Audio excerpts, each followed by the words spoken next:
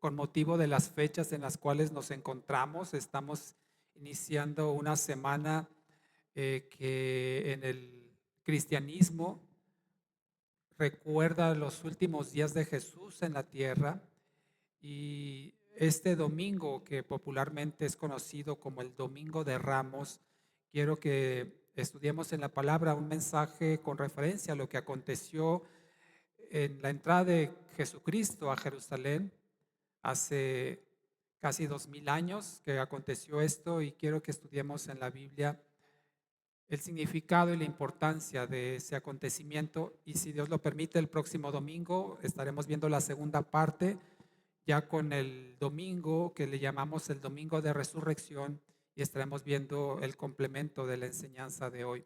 Así es que abra su Biblia conmigo en esta serie de 2 mensajes que hemos titulado Los últimos días de Jesús. Así se titula la serie, Los últimos días de Jesús, y estamos justamente entrando a esta última semana de la vida terrenal de Jesús. Y el título del mensaje de hoy es La entrada triunfal en Jerusalén. La entrada triunfal en Jerusalén, de la serie Los últimos días de Jesús. Y le invito a que abra su Biblia conmigo en Marcos capítulo 11. Marcos capítulo 11. Y voy a leer del 1 al 10. Es un pasaje algo extenso, pero que nos habla justamente de este acontecimiento de la entrada triunfal de Jesucristo en Jerusalén. Lo voy a leer entonces, Marcos 11 del 1 al 10. Y esto en la versión Reina Valera actualizada. Dice así la palabra del Señor. Cuando llegaron cerca de Jerusalén, junto a Betfagé y Betania, frente al monte de los olivos, Jesús envió a 2 de sus discípulos y les dijo: vayan a la aldea que está frente a ustedes, y cuando hayan entrado allí, enseguida hallarán atado un borriquillo sobre el cual ningún hombre ha montado. Desátenlo y tráiganlo. Y si alguien les dice: ¿por qué hacen esto?, díganle: el Señor lo necesita y luego lo enviará aquí otra vez. Ellos fueron y hallaron el borriquillo atado a la puerta afuera de la esquina de 2 calles, y lo desataron. Algunos de los que estaban allí les dijeron: ¿qué hacen desatando al borriquillo? Ellos les dijeron tal como Jesús había dicho, y los dejaron ir. Trajeron el borriquillo a Jesús y echaron sobre él sus mantos, y se sentó sobre él. Muchos tendieron sus mantos por el camino y otros cortaban ramas de los árboles. Los que iban delante y los que le seguían aclamaban: Hosana, bendito el que viene en el nombre del Señor, bendito el reino venidero de nuestro padre David, Hosana en las alturas. Oremos al Señor. Padre, te damos gracias en esta tarde de domingo, en la que en el cristianismo recordamos aquel acontecimiento cuando Jesús, tu Hijo, entró a Jerusalén, justamente en la etapa final de su ministerio terrenal. Y te agradecemos, Señor, que el cumplimiento de los tiempos en la vida de Cristo fueron perfectos para dar cumplimiento, Señor, a las profecías múltiples que había sobre su vida, Señor. Y gracias porque esa exactitud con la cual tú profetizaste los acontecimientos y ver el cumplimiento de los mismos, Señor, en esa precisión, nos da testimonio de que todo estaba bajo tu control, que todo fue determinado según el designio de tu perfecta voluntad, Señor. Y si así fue, Padre, en esos acontecimientos, también nosotros descansamos en la confianza de que nuestra vida misma está bajo tu control y que todo lo que sucede es con propósito, Señor. Por lo cual te damos gracias al darnos esta certeza de que nada escapa de tu plan perfecto que tienes para cada uno de nosotros. Como sabemos y confiamos que en esta tarde tú tienes propósitos por los cuales permites que estudiemos esta porción de la palabra, te rogamos que aguces nuestros oídos, que los abras al entendimiento y poder comprender la palabra de hoy, para que no solamente sea conocimiento el que adquiramos, sino un entendimiento que transforme nuestra mente y nuestro corazón, que nuestra conducta y nuestro carácter sean más semejantes a Cristo después de escuchar esto y ponerlo en práctica. Lo pedimos, Señor, en el nombre precioso de Jesús. Amén y amén. Entonces, mis amados hermanos, esta entrada triunfal, como lo titulan los 4 evangelios de Jesús en Jerusalén, es un acontecimiento importante porque marcaba ya el final de sus días. Esto sucedió un domingo como hoy, y como veremos la próxima semana, si Dios lo permite, una semana después, exactamente al siguiente domingo, Jesucristo estaba resucitando después de haber sido apresado en jueves y crucificado en viernes. Es decir, que fue algo que sucedió muy rápido y sucedieron tantas cosas que es difícil abarcarlas en 2 predicaciones, pero bueno, roguemos al Señor para que entendamos lo más importante de estos acontecimientos últimos de Jesús, que Dios me ayude también a poderlo transmitir para ustedes. Entonces, este acontecimiento, Jesús entrando en Jerusalén, ¿sabe usted? Tal vez lo sabe, y si no lo menciono, solamente como un dato interesante, tenemos 4 evangelios en la Biblia, lo conoce, ¿verdad? Mateo, Marcos, Lucas y Juan. 3 de ellos son muy similares. Se le llama, de hecho, los evangelios sinópticos. Sinópticos significa desde el mismo punto de vista. Muy similares, lo que es Mateo, Lucas y Juan, son muy parecidos en lo que están narrando, solo desde la perspectiva particular de Mateo, de Lucas y de Juan. Por eso se llaman sinópticos, son muy similares, van uno de la mano de otro, por decirlo así. Y el Evangelio de Marcos es un evangelio, digamos, un tanto diferente a los otros 3 porque narra otras cosas que a veces los otros 3 no narran. E inclusive los otros 3 evangelios incluyen acontecimientos que Marcos no incluye. Digamos que fue un punto de vista muy diferente a los otros 3 evangelios. Y es interesante, por eso le decía que este evangelio de Marcos, solamente hay 3 cosas de la vida de Jesús que menciona igual que Mateo, que Lucas y que Juan. Es decir, Mateo, Lucas y Juan coinciden en muchas cosas. Marcos solo en 3 cosas coincide en hechos de Jesús, en la vida de Jesús, y uno de ellos es justamente la entrada triunfal en Jerusalén. Los otros 2 acontecimientos importantes que Marcos coincide con Mateo, Lucas y Juan es la alimentación de los 5,000 y la resurrección. Y muchas otras cosas no coinciden. No significa que esté mal, sino, repito, son puntos de vista diferentes. Por ejemplo, Marcos no habla del nacimiento de Jesús, que sí hacen Mateo, Lucas y Juan. Juan, por ejemplo, no incluye ninguna parábola, que sí incluyen Mateo, Marcos y Lucas. Es un complemento interesante, pero repito, aquí lo que me llamó la atención es que justamente Marcos coincide en 3 acontecimientos con los otros evangelios, que es esta entrada triunfal de Jerusalén de Jesucristo, lo que es la alimentación de los 5,000 y la resurrección. Este domingo popularmente es conocido como el Domingo de Ramos, ¿verdad? Si lo escuchamos, es una tradición mayormente en la Iglesia Católica que se le conoce como Domingo de Ramos. Domingo de Ramos no es un calificativo que se le dé a este día en la Biblia.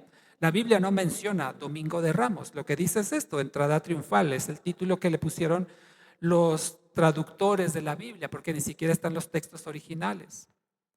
Pero bueno, digamos Domingo de Ramos para entender a qué nos referimos a la entrada de Jesucristo en Jerusalén. Como también la llamada Semana Santa o Semana Mayor, le dicen algunos Semana Santa o Semana Mayor, tampoco es un término bíblico. En la Biblia tampoco encontramos que se le mencione a estos últimos días o esta última semana como Semana Santa o Semana Mayor, es una tradición. Pero las costumbres no solamente se han encargado de ponerles títulos a estas fechas que cada año se celebran, sino que las tradiciones también han proclamado algunos comportamientos o algunas restricciones o algunas tradiciones o costumbres que se hacen en esta temporada. Usted lo ha escuchado Y tal vez en un tiempo lo practicó, por ejemplo, el abstenerse de carne roja, no comer carne roja. Eso no es bíblico, no está en la Biblia. Abstenerse de intimidad sexual también es otra práctica que se sugiere en esta temporada. Vestir ropa nueva, bendecir las ramas de las palmas, y puede ver hoy, especialmente desde ayer en la semana, seguramente ha visto en la calle gente vendiendo ramas para que vayan a la iglesia y las bendigan. Eso no es bíblico, no tiene ningún sentido. No tiene ningún provecho hacer esas cosas. Es más bien una tradición que puede considerarse casi como una superstición, idolatría, ¿no? Creer que esa rama que alguien bendijo tiene un poder es totalmente contrario a lo que la Biblia enseña. Pero bueno, son las tradiciones. No beneficia nada, al contrario, creo que contamina a las personas que creen en estas cosas porque desvían la atención de Jesucristo y del verdadero significado de esta temporada. Lo que sí es cierto es que este evento marcó el principio de los últimos días del ministerio terrenal de Jesucristo en la tierra antes de ser aprendido, como ya lo mencioné, en el jueves, luego ser enjuiciado entre la madrugada del viernes, ser crucificado el mismo viernes y resucitar al domingo. Es decir, los últimos 7 días de Jesús antes de su ascenso, de su glorificación, perdón, es una etapa muy importante en la vida de Jesucristo. Quiero darle un poco de contexto. ¿Cuáles eran las condiciones sociales que existían en el momento en cuando Jesús entró a Jerusalén? Él llevaba 3 años de ministerio aproximadamente, lo sabemos porque por los escritos en los evangelios vemos que esta era la tercera Pascua que iba a celebrar, entonces entendemos que su ministerio duró aproximadamente 3 años. Y el contexto que había en ese momento social, político, religioso, era realmente una olla de presión, era una bomba de tiempo, podríamos decirlo así. Mire, Israel como nación siempre ha estado en conflicto, no, nunca deja de estar en conflicto, y perdón que lo tome así, pero es increíble. Desde que salió de Egipto, cuando fue a poseer la tierra prometida, siempre en problemado, siempre en guerra, siempre en conflictos con sus vecinos. Y en la época en que Jesucristo realizó su ministerio en la tierra no fue la excepción. Israel hasta antes de Jesucristo había estado, digamos, invadida por extranjeros. En su tiempo fueron los persas, los babilonios, los asirios, desde el año 600 más o menos, cuando se acuerda por ahí que después del rey Salomón, el reino de Israel se dividió en 2 reinos, el reino del norte, el reino del sur, fueron invadidos en diferentes momentos, y digamos que 600 años atrás del nacimiento de Jesucristo, el pueblo de Israel no había sido completamente libre. 600 años, ya sea por los babilonios, ya sea por los persas, ya sea por los asirios, pero siempre dominado por un pueblo extranjero. Vinieron los griegos, dominaron a Israel. Hubo una época, aproximadamente unos 100 años, en los cuales Israel tuvo cierta libertad. Esto es algo que se le conoce como la rebelión de los macabeos. Y hubo un periodo como de 100 años, digamos, de cierta independencia y autonomía. Pero aproximadamente en el año 63 antes de Cristo llegaron los romanos. Invadieron Israel, usted sabe, que dominaron a esa nación exigiéndole impuestos altísimos, siendo crueles con el pueblo de Israel, dejándole cierta libertad en sus oficios religiosos, pero política y económicamente totalmente, casi podemos decir, esclavizados Israel a los romanos. 63 años antes de nacer Cristo fueron invadidos, y así duraron todavía muchos años más después de que Cristo resucitó y partió de la tierra. Entonces, en ese contexto, en ese ambiente, 600 años de esclavitud o de opresión extranjera, los romanos, ahora sí que con una bota en el cuello de los israelitas, aparece Jesús. El pueblo de Israel conocía que Dios enviaría un Salvador. Estaba escrito en las profecías y usted tal vez ha escuchado desde Génesis 3:15. Recordará aquel pasaje cuando Dios le dijo a la mujer que de ti nacerá una simiente, ¿verdad? Perdón, le dijo a la serpiente que de la mujer iba a nacer una simiente que iba a pisarle la cabeza y esa serpiente lo heriría en el calcañar, en el tobillo.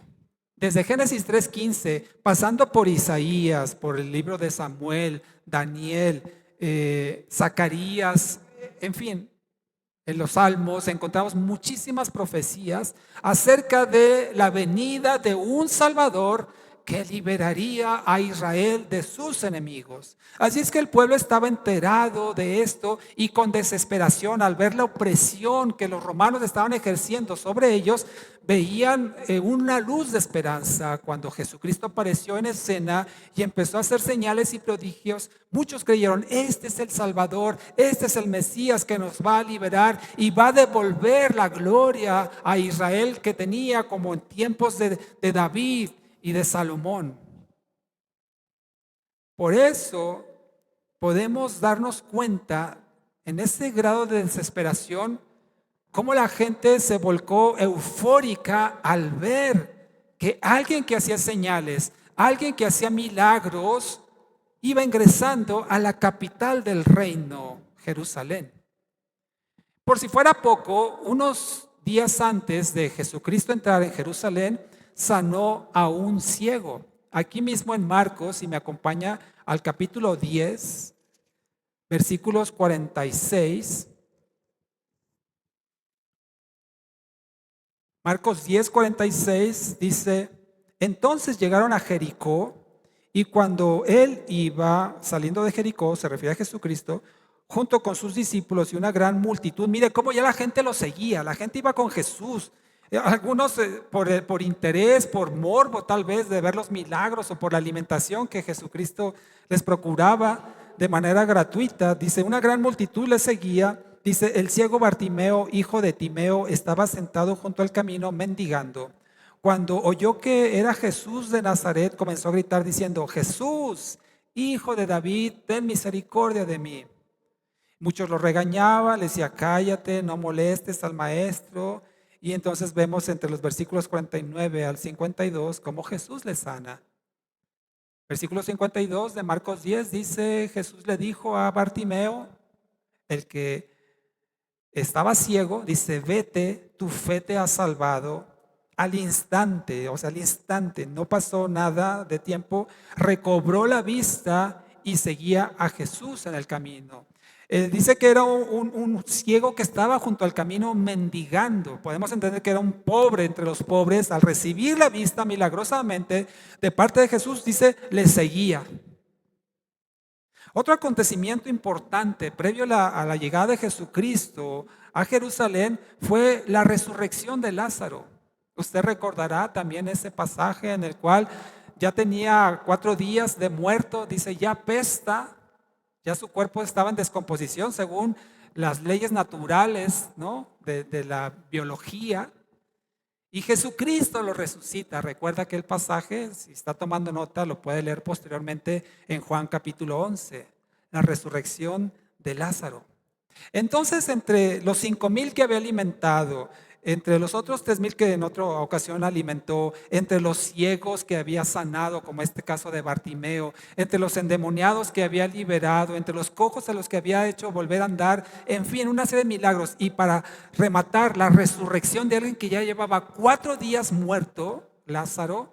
Imagínense entonces la expectativa, la fama que tenía Jesús en esa región de Israel. Por eso no es de extrañarse que cuando Jesús entró a Jerusalén, dice la palabra de Dios que una multitud, una gran multitud celebró su ingreso. En Juan 12:12 así lo dice, una gran multitud. Es decir, no pocas personas. La costumbre de los israelitas en esa época era acudir a la capital del país, Jerusalén, a celebrar la Pascua. Era una costumbre, era un llamado, una ordenanza, ir a Jerusalén a celebrar la Pascua. Entonces la población de esa ciudad se multiplicaba, se triplicaba, cuadruplicaba, no lo sé. Según algunas estimaciones dicen que alrededor de 2 millones de personas estaban en Jerusalén al momento del ingreso de Jesús, porque iban ahí, se concentraban, como aquí usted sabe que a veces van a concentrarse en cierto lugar a rendir culto. Bueno, ahí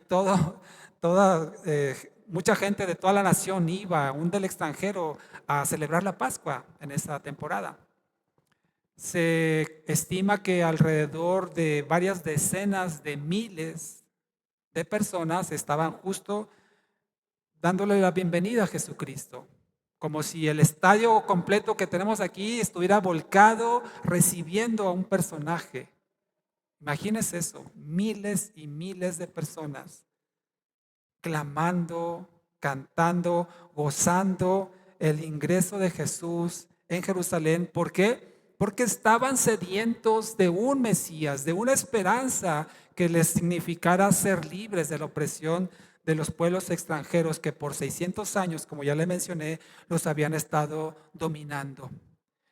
Esta Pascua que se celebraba en Israel, en Jerusalén en particular, era una conmemoración, tal vez también lo sabe, una conmemoración de aquel acontecimiento milagroso que el Señor hizo en Israel cuando estaban siendo esclavizados por Egipto.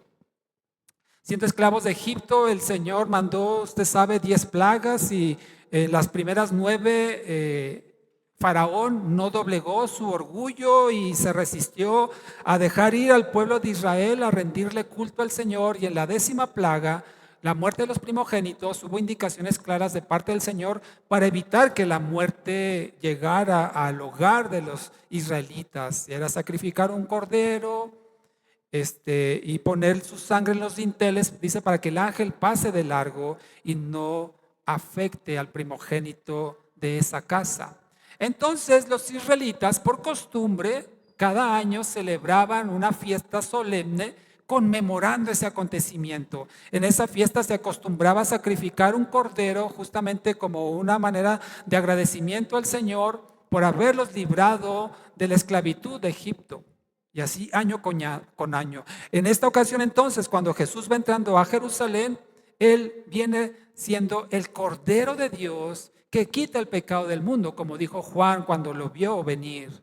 El Cordero de Dios que quita el pecado del mundo, justamente en la Pascua. Mire con la exactitud que Dios hace las cosas. Justamente en la conmemoración de la liberación de Egipto, de la esclavitud, donde se sacrificaba un cordero, Jesús, siendo ahora el Cordero de Dios, viene a sacrificarse a sí mismo para traer libertad y salvación de la esclavitud y del pecado y de la muerte. El Cordero de Dios estaba listo para ser sacrificado.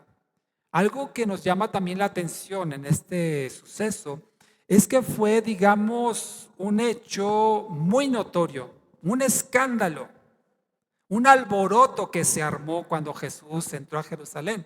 Usted puede leer los acontecimientos anteriores de la vida de Jesús y en ningún momento Jesús hizo todo este alboroto que se hizo ahí. Era el momento preciso, con millones de personas concentradas en un único lugar, llegando a Jesucristo, antecedido por toda la fama de las señales y milagros que había realizado. Era el momento, el lugar preciso para que su aparición fuera un escándalo. Jesús normalmente iba a pie. No tenemos narraciones acerca de que montara en algún caballo, en alguna carreta. Él normalmente andaba a pie, cruzaba los mares o los lagos en barcas, pero andaba a pie. Pero aquí algo bien interesante que sucede, y ya lo estaré detallando más adelante, es que él montó en un pollino. Y entonces Jesús armó este escándalo. Y no es que él lo propiciara, pero su sola presencia, con toda la fama que ya le antecedía, logró que esto fuera algo que alborotara la ciudad por completo, que los mismos fariseos se molestaron y decían: calla a tus discípulos, que no sean tan escandalosos. Y Jesús le contesta: si estos callaran, aún las piedras cantarían. Pero bueno, entendemos entonces por qué sucedió esto de Jesús entrando y causando todo este alboroto. Mire, algún pasaje que le quiero mencionar, por ejemplo, de cómo Jesús les decía que no dijeran nada, lo encontramos también aquí en Marcos. No pierda dónde nos encontramos, Marcos 11, que vamos a regresar. Pero si por un momento vamos a Marcos capítulo 1, verso 45, está hablando de un leproso que Jesús sana. Y mire lo que le dice, después de ser sanado este leproso, imagínese, un leproso era como un apestado en esa sociedad, era una gente repudiada, ni siquiera podía cohabitar con su familia, tenía que ser expulsado afuera de la ciudad, en un lugar especial, hasta que sanara, quedara limpio de la lepra. Y mire lo que dice el versículo 45 de Marcos 1. Pero cuando salió este leproso, digamos, ya sanado, comenzó a proclamar y a difundir mucho el hecho.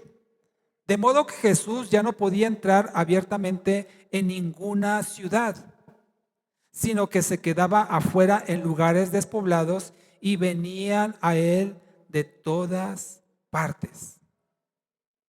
Es decir, Jesús siempre tuvo presente el momento exacto en el cual era necesario que su presencia fuera notoria. Siempre decía, no le digas a nadie este milagro que he recibido, cállate. Y sabía que la gente no se aguantaba.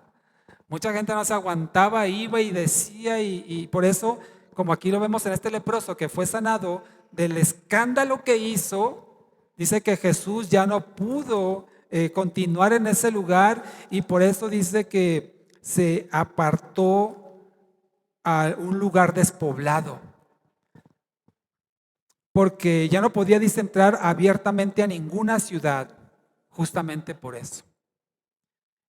Él sabía que no era el momento adecuado, sino hasta que llegara el tiempo señalado por Dios, justamente para presentarse públicamente, llamar la atención como en ese momento lo estaba haciendo en Jerusalén. Pero todos los acontecimientos anteriores a Jesús fueron, digamos, en gran manera muy discretos, muy, digamos, no tan notorios, aunque su fama, por supuesto, corría por todo el país, reconociendo que era alguien que tenía una característica especial que encajaba con lo que los israelitas esperaban en cuanto al libertador. Entonces, dijo Jesús, este es el tiempo, mi hora ha llegado, ahora sí, ingresa a la ciudad de Jerusalén, se arma todo este escándalo, y Jesús, si hubiera querido, o sea, podemos pensar lo siguiente, si él se lo hubiera propuesto, decir, voy a armar una revolución en este momento, todo el pueblo, miles de israelitas lo apoyaban, lo aclamaban como el hijo de David, el rey, bendito el que viene. Si Jesús se lo hubiera propuesto, decir, vamos contra Roma, como sabe aquí a veces las marchas que hacen, ¿ha visto? ¿No? Un grupito de revoltosos en muchas ocasiones van y arman un lío y hacen un gran problema. Si Jesús lo hubiera propuesto ahí, vamos contra Roma y vamos a expulsar a los romanos de aquí, le aseguro que hubiera ocurrido una tragedia, una mortandad tremenda. No sé si hubieran ganado los israelitas al ser miles en contra del ejército romano, pero le aseguro que eso habría terminado muy mal. Pero era el momento propicio para que alguien aprovechara ese fervor, esa necesidad que había en los israelitas, esa, como le decía, esa olla de presión, de emociones que tenían en su interior, y decir, vamos en contra del gobierno opresor, vamos en contra del extranjero que nos está atormentando y esclavizando. Y le aseguro que aquello hubiera sido algo trágico. Pero Jesús sabía cuál era su propósito en esta vida, y no era esa la forma en la cual Él iba a establecer el reino. Quiero que conforme avancemos en esta enseñanza veamos qué aplicaciones prácticas podemos encontrar de ellas. Aquí quiero que tengamos una pausa porque percibo lo siguiente de esta fama. ¿Cuánta gente, y a lo mejor nosotros mismos podríamos también cometer ese error, cuando adquieren cierto reconocimiento, cuando adquieren cierta relevancia, cierta fama, pierden la cabeza y se dejan llevar por la emoción, por las circunstancias? Te está yendo bien en el trabajo, estás prosperando y a lo mejor hace eso que te desvíes de tu propósito y del objetivo que Dios tiene para tu vida. Y no debería ser así. Mire, yo no me imagino, pero yo no lo he vivido y creo que ninguno de nosotros, que vayas caminando, la gente se incline ante ti, pongan sus mantos, pongan palmas, hojas de palmas, te vitoreen, te aclamen, te exalten. Eso debe ser difícil de manejar. Jesús era Dios, claro, pero también era hombre. Y esa era una tentación muy grande, decir, vamos, ahora sí, ¿no? Me evito la cruz, me evito el tormento, la muerte, y vamos contra estos extranjeros. Y la enseñanza, la aplicación que tú y yo podemos tomar aquí es que no permitamos que la fama, que el aplauso, la prosperidad, las alabanzas, los elogios nos desvíen del propósito de Dios. No dejamos eso. Te está yendo bien, a lo mejor estás sufriendo, estás batallando, estás pegado a Dios y estás buscándolo en oración, vienes a la iglesia, pero hay gente que le empieza a ir bien, empieza a prosperar y se olvidan de Dios. No dejemos entonces que eso nos desvíe del verdadero propósito que Dios tiene para nuestra vida. ¿Cuál es ese propósito? Predicar a Cristo. Vivir una vida ejemplar, una vida que dé buen testimonio como hijo de Dios. Por eso a veces Dios, yo creo, no digo que sea todos los casos, pero yo creo que Dios a veces tiene algunos así un poco, digamos, contenidos, un tanto restringidos, un tanto limitados, porque sabe que si eso le empieza a ir bien, se empieza a levantar, se va a apartar de él. Por eso le dijo a Pablo, ¿no? Bástate mi gracia. Quítame esto, Señor. Bástate mi gracia. Hermanos, no perdamos el propósito de Dios de representar a Cristo en esta tierra. Un ejemplo que veo en la Biblia de algo similar a esto que le estoy diciendo, lo encontramos en Hechos 8, no lo busque, pero habla acerca de Felipe. Recordará cuando los discípulos de Jesús fueron esparcidos, Felipe fue a Samaria, enemigos de los israelitas, y fue a predicar el evangelio ahí en Samaria. Y dice la palabra en Hechos 8 que salían los demonios, ¿no?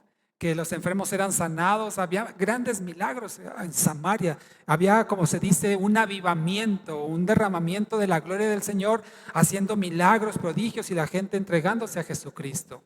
Ahí estaba Felipe en medio de eso. Y dice la palabra del Señor que el Espíritu lo tomó y lo llevó con un funcionario de la reina de Etiopía, un eunuco, dice, el etíope. Y va y le predica el evangelio y usted sabe, se convierte, se bautiza ahí mismo. Todo está en Hechos 8. Pero bien Felipe pudo haber dicho, oye, espérame, aquí me está yendo muy bien, mira, todo lo que estoy haciendo, todo lo que estoy logrando. Entendamos que no somos nosotros, sino que es el Señor a través de nosotros. Cuando te ofrezcan algo, mi hermano, evalúa bien si eso que te están ofreciendo va a significar un mayor reconocimiento de gloria hacia el Señor o es para tu gloria, para tu beneficio. Te pueden decir, mira, te ofrezco esto, pero vas a tener que trabajar los domingos, ya no vas a poder ir a la iglesia. Híjole, pues el Señor sabe, ni modo. Cuidado con lo que decidamos, porque todo tenemos que tenerlo bajo la sujeción del propósito de Dios, que es predicar a Cristo. Si vas a ir, si vas a tener que prescindir de algunas cosas que sea para la gloria de Dios. Y dice, bueno, está bien, a lo mejor son unos domingos, voy a ir, pero voy a predicar a Cristo y voy a dar testimonio ahí. Y es algo temporal en lo que el Señor me manda a otro lugar donde no me estorbe para cumplir mi objetivo de vida que Dios tiene para mí. Entonces, era muy fácil para Jesús haber dicho, órale, vamos en contra de los romanos, pero no dejó que ese alboroto, que ese reconocimiento público, esa exaltación de miles de personas lo desviara de su objetivo, por lo cual estamos admirados de la integridad de Jesús en un caso como este. Regresemos a Marcos 11 y entonces dice en el versículo 9 de Marcos 11, de hecho no sé si se fijó, pero algunos de los cantos que entonamos en esta mañana tenían esta palabra, Hosana. Los que iban delante y los que le seguían, como dijo, mencioné en Juan, que eran multitudes, aquí en Marcos dice que iban muchos por delante, otros tantos por atrás, aclamaban, Hosana. Bendito el que viene en el nombre del Señor. Versículo 10. Bendito el reino venidero de nuestro Padre David, hosana en las alturas. ¿Qué es esta palabra hosana?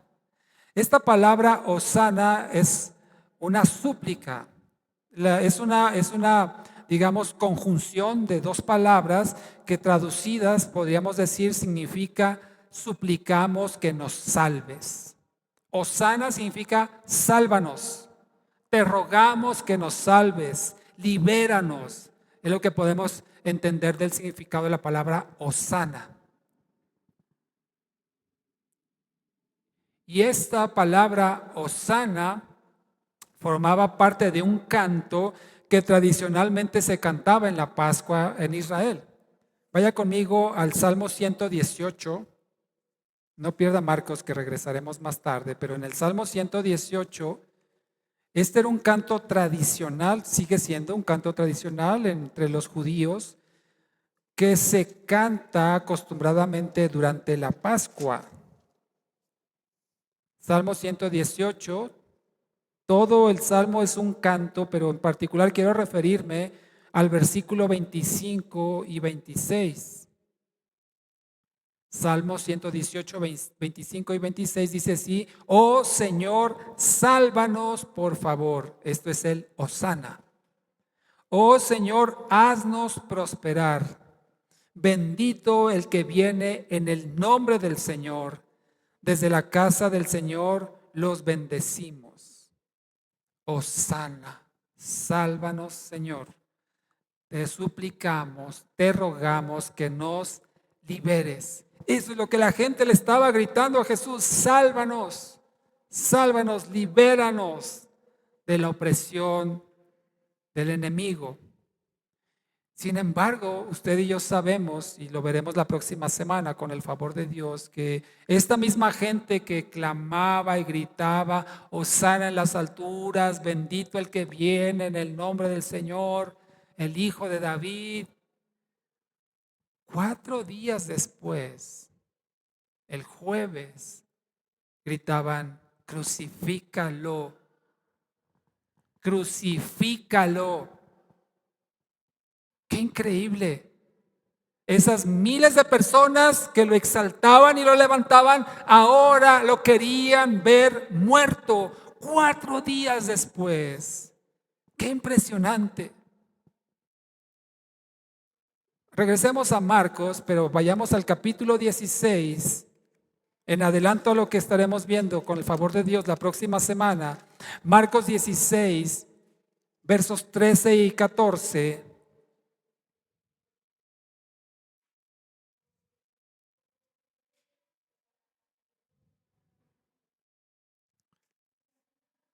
Ay, discúlpenme, tengo mal el pasaje.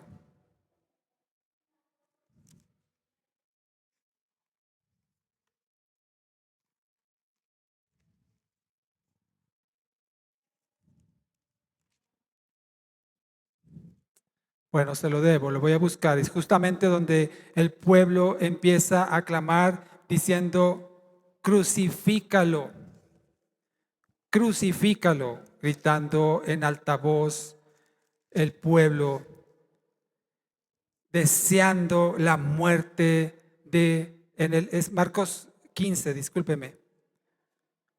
Marcos 15, versículo 13. De nuevo gritaron, crucifícalo. Entonces Pilato les dijo, pues, ¿qué mal ha hecho? Pero lanzaron gritos más fuertes, yo creo que todavía más fuertes de Hosana, diciendo nuevamente, crucifícalo. Qué increíble que en tan solo 4 días el pueblo se volteó en contra de Jesús. ¿Qué pasó? ¿Qué es lo que aconteció? Que este cambio tan radical llevara a la gente de un extremo de exaltar a alguien a desear su muerte. Quiero explicarle cuáles son estos cambios o estos contrastes que la gente vio en Jesús que le hicieron llevar de un punto a otro. Pero antes de ello, quiero que tomemos una enseñanza de esta exaltación de los israelitas en Jerusalén. Hosana, bendito el que viene. Y a los pocos días, crucifícalo. La aplicación que podemos encontrar aquí es que tristemente muchos congregantes de iglesias cristianas viven así. El domingo en la iglesia, en los cantos, levantando las manos, levantando su voz, alabando y exaltando al Señor. Y tal vez en la semana deseando que Cristo estuviera muerto, porque no desean enfrentar a un Dios vivo, con una conducta reprobable, como si estuvieran crucificando a Cristo durante la semana. Los domingos, hosana, bendito el que viene en el nombre del Señor, y a los pocos días, crucifícalo. Y así hay muchos congregantes en muchas iglesias que se dicen cristianos cuando en realidad no lo son. Exaltar a Dios, asistir a una iglesia cristiana no es evidencia de salvación. No digo que sea malo, pero no es un certificado. Todo el que va a la iglesia es salvo, no es un certificado. No es una aprobación de su salvación. Pero sí lo es una vida transformada. Una vida que no solamente los domingos levanta sus manos y sus voz para exaltar a Dios, sino una vida que durante toda la semana se ha transformado por el poder del Espíritu de Dios y vive conforme al carácter y la conducta de Cristo. Eso sí certifica y da testimonio de que alguien es salvo. No asistir a una iglesia. Pero por supuesto, asistir a la iglesia nos aproxima al conocimiento de saber lo que Dios en su palabra nos ha dejado por escrito. Y por eso estamos aquí reunidos para aprender del Señor y a través de esto examinarnos a nosotros mismos y ver en aquello que necesitamos todavía cambiar en nuestra vida. Pero no seamos como esos israelitas. Hosana, bendito el que viene el domingo en la iglesia y entre semana quisiera que estuviera muerto, que no viviera para que no me juzgara y no me confrontara. No seamos así. Entonces, mis amados, ¿qué fue lo que sucedió entre el hosana y el crucifícalo? Porque ese cambio, quiero mencionar con usted 4 aspectos en estos últimos días de Jesús en su ministerio terrenal que hicieron cambiar la actitud del pueblo de llevarlo a la exaltación a la humillación. Primero de ellos, regresando a Marcos 11, en el versículo 7, dice así la palabra del Señor. Marcos 11, 7. Trajeron el borriquillo, ya le narré esto, trajeron el borriquillo a Jesús y echaron sobre él sus mantos y se sentó sobre él. Un burrito. un pollino, dicen otras traducciones, un asno chiquito. Y dice entonces que así entró Jesús en un pollino, en un burrito a Jerusalén. Qué condición más humilde, más sencilla del Rey de Reyes. No lo hizo como los generales o capitanes militares acostumbraban a hacerlo con una gran comitiva, en un corcel majestuoso, no sé, un caballo percherón, uno de esos que están grandes, ¿no? Que hasta se ven feroces los caballos, armado con sus lanzas, sus escudos. No, en un burrito. Jesús no entró entonces acompañado de un séquito de feroces soldados, guerrilleros. No llevó tampoco consigo los trofeos como acostumbraban los generales romanos, sus esclavos, sus tesoros, con algo ostentoso. No, en un burrito. Y yo creo que eso empezó a dar un mensaje a la gente que lo aclamaba, y empezaron a darse cuenta que no era lo que ellos esperaban que fuera. Jesús probablemente iba acompañado, como vimos hace un momento, de Bartimeo, un ciego que recobró la vista, a lo mejor los leprosos que había sanado, algunos de los miles que había alimentado durante el Sermón del Monte, mujeres que habían sido también sanadas por parte de Jesús, los ancianos, cojos, sordos, lisiados, pobres, niños. Ese era el séquito, el acompañamiento de Jesús. Y hay de los 12 discípulos, 12 hombres rudos y muchos de ellos inseguros. Ese era su acompañamiento. Qué contraste a lo que el pueblo esperaba. ¿Por qué en un burrito? Zacarías 9:9, no lo busque, pero Zacarías 9:9 lo había profetizado cientos de años antes, que él entraría en un pollino, en un burrito, como una muestra de humildad. Así es que, ¿qué enseñanza podemos obtener de esto? Que no seamos ostentosos, que no seamos jactanciosos ni presumidos con lo que el Señor nos ha concedido alcanzar. Pero fíjese algo también importante, que seamos como ese burrito.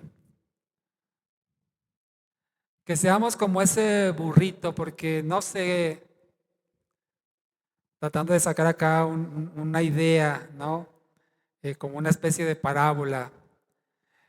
Si ese burrito hubiera pensado, wow, me están aplaudiendo, me están aclamando, me ponen como si fue una alfombra para que yo transite por ahí. Wow, qué importante soy. En realidad no lo estaban haciendo con él. Lo estaban haciendo con Jesús, a quien llevaba en su lomo. Entonces, que seamos como ese burrito, que sobre sí mismo lleva la gloria de Dios, y que todo el reconocimiento, toda la exaltación y toda la aclamación sea para Dios y no para nosotros.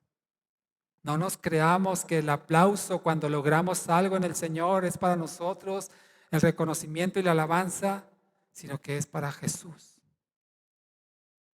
Así es que yo le invito a que no le robemos la gloria que le corresponde al Señor.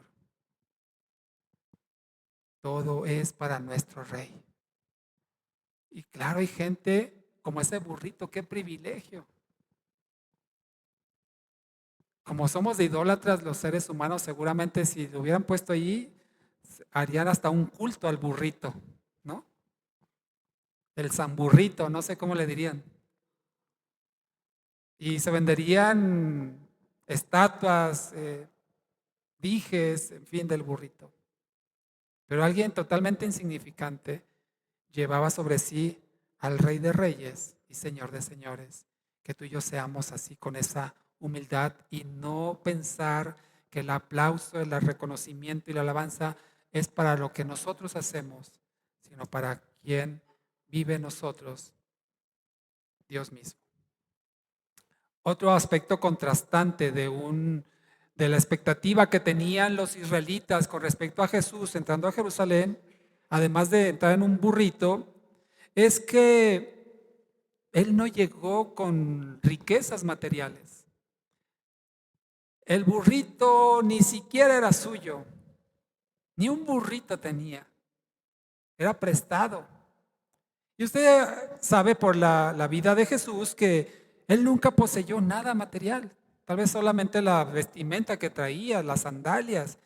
Nunca tuvo una casa. De hecho, aquí en Marcos 11 dice que en el versículo 11 que entró a Jerusalén y como era ya tarde dice que se salió a Betania. Betania era donde vivían sus amigos Lázaro, Marta y María. Y ahí pasó la noche porque al día siguiente, en el versículo 12, o sea, durmió en Betania. No en su propia casa, pensamos tal vez en la casa de Lázaro. Ni siquiera tenía una casa. Es más adelante, cuando celebra la Santa Cena, recordará también ese pasaje, ni siquiera él tenía para la Santa Cena. Ya estaba todo dispuesto, dice. El aposento alto donde la celebró con sus discípulos, la última cena, ni siquiera era de él. ¿Qué quiero decir con esto? Que nada era suyo. Jesús no poseía riquezas materiales. Todo lo que tenía, por gracia de Dios, lo recibía. No era de su posesión. Y todo esto era contrario a lo que el pueblo esperaba de un rey, de un caudillo, de un libertador. Llegó pobre entre los pobres. La aplicación que podemos encontrar de esto es que la escasez de recursos no deben ser un obstáculo para hacer la voluntad de Dios. Es que no tengo, es que no me alcanza, no es excusa. La limitación de tus recursos, no me refiero solamente a los recursos materiales, económicos, los bienes, las posesiones, no. El recurso valioso que tienes tú y que tengo yo es el tiempo. Y a veces no te alcanza porque no quieres que te alcance para hacer lo que conviene. Perdemos el tiempo, derrochamos, somos ricos en tiempo. Mientras el Señor no nos llama a su presencia, somos multimillonarios en tiempo. Claro, tenemos obligaciones, tenemos responsabilidades, trabajo, escuela, familia, eso lo entendemos perfectamente, pero como dice la canción, el tiempo que te quede libre, claro que te es posible dedicarlo a Dios, pero ¿en qué lo dedicamos? Tampoco digo, hermanos, que nos aislemos de todo y no tomemos tiempos de descanso, tiempos de esparcimiento y diversión. Eso también es bueno, es edificante. Pero honestamente, mi amado hermano, mi amada hermana, ¿inviertes tiempo en el Señor? ¿Invertimos tiempo en el Señor? ¿O nos gusta, ay, hoy tengo flojera, no lo voy a hacer? Mire que diariamente estamos publicando una lectura de la Biblia y está tan fácil, si me permite la palabra, porque nada más tiene que picarle, ni siquiera tiene que leerlo, si no tiene el tiempo, con que lo escuche. Sí, tiene que invertirle 15, a veces hasta 30 minutos, ¿no? Hay días que están más cargaditos, media hora al día, por mucho, para escuchar la palabra. Y no solamente por escuchar, sino pensar, meditar y pedir al Señor que nos hable en nuestra vida. Hermano, somos tan derrochadores, tan desperdiciadores del tiempo y las consecuencias las sufrimos nosotros mismos. Las sufre nuestra familia porque nos falta más tiempo con el Señor. Así es que la enseñanza de esto que vemos en Jesús, que la escasez de recursos no son excusa para no hacer la voluntad de Dios. Otro aspecto contrastante de la expectativa que tenía Israel de un libertador con lo que realmente fue Jesús es que él Hay un pasaje bien interesante aquí mismo en Marcos 11, versículo 12. Al día siguiente, estamos hablando ya del lunes, cuando salieron de Betania, tuvo hambre. Versículo 13. Y viendo desde lejos una higuera que tenía hojas, se acercó para ver si hallaba en ella algo. Cuando fue a ella, no encontró nada más que hojas, porque no era tiempo de higos. Entonces Jesús dijo a la higuera: nunca jamás coma nadie de tu fruto. Y lo oyeron sus discípulos. Posteriormente, en el versículo 20, aquí mismo en Marcos 11, después, al día siguiente, otra vez regresando, dice: la mañana pasando por allí, vieron que la higuera se había secado desde las raíces. Entonces Pedro, acercándose, le dijo: Rabí, he aquí la higuera que maldijiste se ha secado. Este es el único pasaje, me parece, donde Jesús pronuncia una maldición. Fíjense qué tremendo. Jesús maldijo a una higuera. ¿Por qué? Porque era una higuera estéril. Y lo que estaba haciendo aquí Jesús estaba simbolizando lo que va a suceder con el que no da fruto, con alguien que es estéril, como era esa higuera.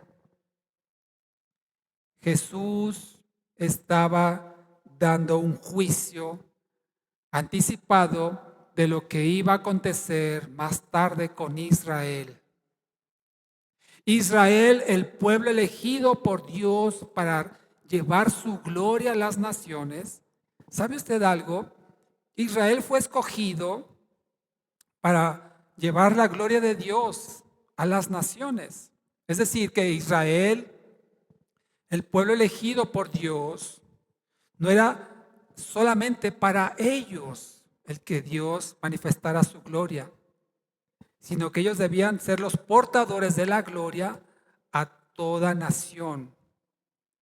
Pero Israel no quiso hacerlo. No era exclusivo Dios de los israelitas, sino que Dios a través de los israelitas iba a alcanzar, como se le conoce en la Biblia, a los gentiles, a los extranjeros, a todo pueblo, lengua y nación. Pero Israel no quiso hacerlo. Y la maldición que vemos aquí de Jesús sobre la higuera es un simbolismo de lo que Dios haría más tarde con su pueblo por haberle rechazado. Dice la palabra del Señor, no lo dice Marcos, pero en este mismo pasaje, en este mismo contexto, no lo busque, pero en Lucas 19, bueno, vamos allá si quiere. Lucas 19, estamos hablando de lo mismo, solo que desde la perspectiva de Lucas, de la entrada triunfal en Jerusalén.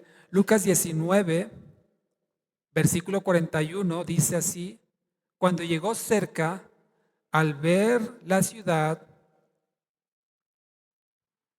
lloró por ella,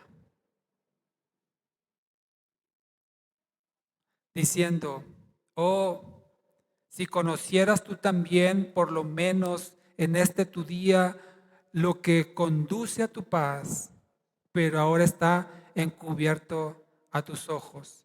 Y luego empieza a pronunciar una profecía que se cumpliría unas 4 décadas después, cuando los romanos destruyeron el templo y la ciudad de Jerusalén. Lloró. Jesús sabía el juicio que vendría sobre Israel y sobre la nación completa Israel y sobre Jerusalén. Y lloró porque no entendió su visitación. Amados hermanos, Dios nos guarde de ser como esta higuera, frondosa tal vez, ostentosa, visible, pero estéril, sin fruto. Y la pregunta que Dios nos hace aquí a ti y a mí es: ¿qué fruto estamos dando? ¿Qué fruto estamos dando? ¿Somos un fruto agradable? Ahora donde mis suegros acaban de mudarse, es un fraccionamiento y hay árboles ahí de manzana, pero son unas manzanas tan agrias que no son comestibles. El árbol frondoso, bonito, con su fruto, pero no es provechoso. Hermanos, que Dios nos ayude para no ser así, estériles o con frutos amargos, con frutos de amargura. Dice la palabra del Señor que el árbol bueno da buen fruto y el árbol malo da mal fruto. Y sabemos por lo que dice el Señor que todo aquel que no dé fruto será cortado y echado al fuego. Así es que hagamos frutos dignos de arrepentimiento, como decía Juan el Bautista. Frutos dignos de arrepentimiento, que se demuestre nuestro arrepentimiento, nuestra devoción al Señor, porque la fe sin obras es muerta, como dice Santiago. Examinémonos y veamos qué fruto estamos dando. Y si tenemos, digamos, la resistencia, preguntemos, que a lo mejor creemos que estamos dando un buen fruto. Pero quien lo está comiendo no somos nosotros, sino la gente cercana a nosotros. Te puede decir, no, o tu fruto no es dulce, o tu fruto no es delicioso. Y Jesús aquí lo estaba profetizando.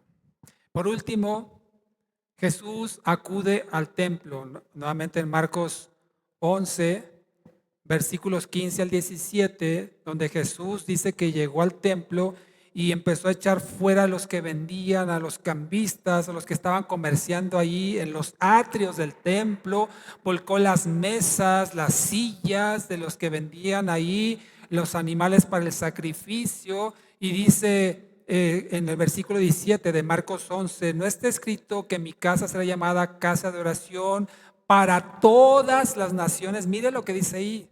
No es para los judíos, para los israelitas. Dice no, para todas las naciones.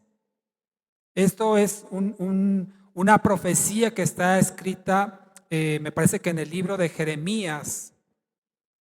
Pero ustedes la han convertido en cueva de ladrones.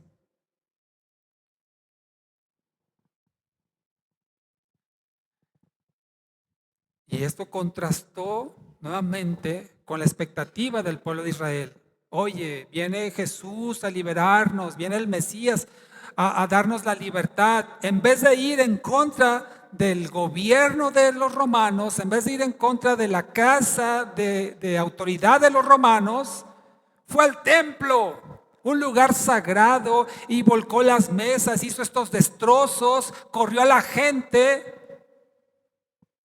Y eso caló hondo en el corazón de los israelitas. Porque ellos creían estar bien religiosamente hablando.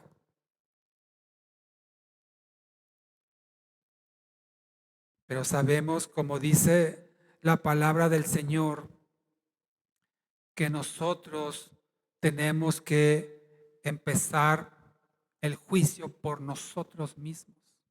Primera de Pedro 4:17 así lo dice, que el juicio comienza por la casa de Dios. La gente no entendió que el reino de Jesús no era político ni militar, sino espiritual. Y por eso fue a limpiar la casa de Dios. Y eso afectó la expectativa, dañó lo que la gente esperaba de él y cambió entonces el sentido de aclamación a un sentido de odio y de repudio a Jesús. La aplicación que debemos de tomar de esto es que no hagamos negocios con el evangelio, que no lucremos, no busquemos ningún beneficio de ningún tipo por predicar a Cristo. Y con Dios nunca hagamos trueques, hermanos, no hagamos eso. de decirle, Señor, si tú haces esto, entonces yo aquello. Si me das, entonces yo me comprometo a tal cosa. No es un trueque, no es un intercambio. Y el Señor dice, bueno, entonces sí lo voy a hacer. No, Señor, hágase tu voluntad. Yo deseo esto, Señor. Y ya lo que tú vas a tomar de actitud, si Dios te concede o no te concede lo que le estás pidiendo, ya es de tu corazón. Pero no es un intercambio de te doy a cambio de o dame por cuenta de. No, Dios no negocia así sus favores ni sus misericordias. Él manda y tú y yo debemos obedecer. Entonces, mis amados hermanos, termino.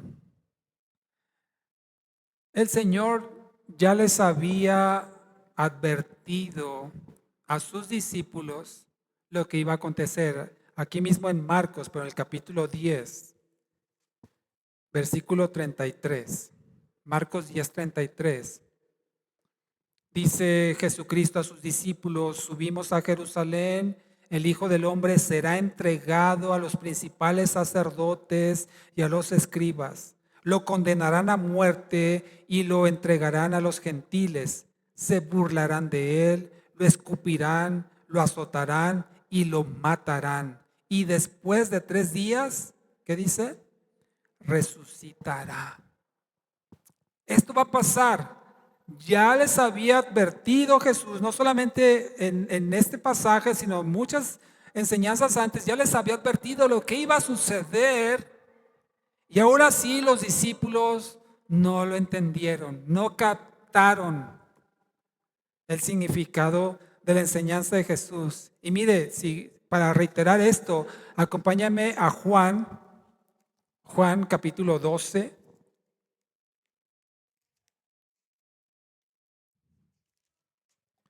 Juan 12, versículo 16, dice, sus discípulos no entendieron estas cosas al principio, pero cuando Jesús fue glorificado, entonces se acordaron de estas cosas, estaban escritas acerca de él y de que estas cosas le hicieron a él. Es decir, que Jesús les explicó, va a pasarme esto, les advierto. Y ellos no lo entendieron. Ellos estaban tan acostumbrados, los discípulos, a que Jesús les hiciera todo. Se metían en problemas, Jesús les resolvía. Tenían hambre, Jesús les proveía. Y por eso les advirtió lo que va a suceder para que estén listos. Sin embargo, ellos, a pesar de eso, no lo estaban. Y por eso le abandonaron. Aún los discípulos dudaron de Jesús como libertador. Esa euforia colectiva, esa histeria que había en Jerusalén por Jesús, yo creo que también afectó la forma de pensar de los discípulos y también se la creyeron que iba a ser el momento entonces de que iban a echar fuera a los extranjeros de Israel. Y cuando vieron que Jesús, su comportamiento y su actitud iba en el sentido contrario a lo que ellos esperaban, no dudo que ellos también pensaron que habían sido engañados. Por eso le dejaron solo, como veremos Dios mediante la próxima semana. Ponte de pie y vamos a orar.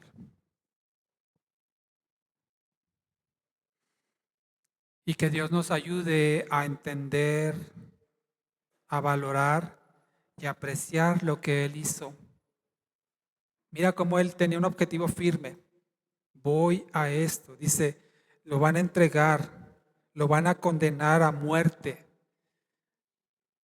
Se van a burlar, me van a escupir en el rostro, me van a azotar, me van a golpear, se van a burlar de mí, me van a matar. Y aún así Jesús dijo, voy a eso. Firme en su objetivo, en su propósito, no se desvió a pesar de todo lo que les he narrado. Él no cambió su meta. ¿Cuántos de nosotros, por menos que lo que Jesucristo ha padecido y sufrido, o padeció y sufrió, cuántos de nosotros desistimos del propósito de Dios? Hermanos, que Dios nos ayude y que en nuestra debilidad Él nos fortalezca para permanecer firmes.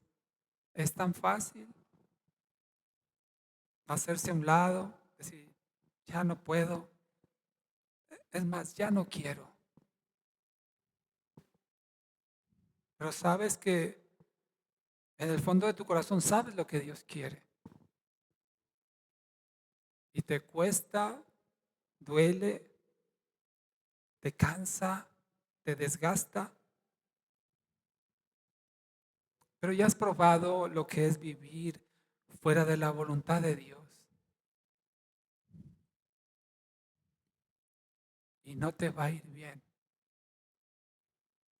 No nos va a ir bien si eso intentamos. Por eso Jesús lloró, porque el pueblo no se había dado cuenta quién estaba ahí. Que el Señor nos ayude, hermanos, a no perder el propósito de Dios, aunque eso nos va a doler, nos va a desgastar. Es más, algunos vamos a dejar la vida en eso, pudiendo estar humanamente más cómodos, más tranquilos, con menos problemas, pero alejados de Dios, nada podemos hacer.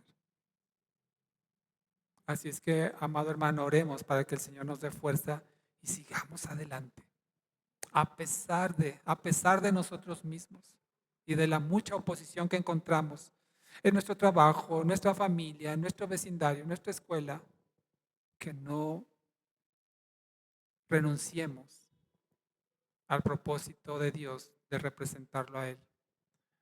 Oremos. Padre, te damos gracias en esta tarde, porque tu voluntad es buena, agradable y perfecta, Señor. Y tú has trazado un camino para cada uno de nosotros, en el cual sabemos, Señor, no estaremos exentos del sufrimiento, del dolor, la aflicción, pero es poco comparado con lo que tu Hijo sufrió para darnos vida. Haznos sensibles, Señor, a esa obra maravillosa, a esa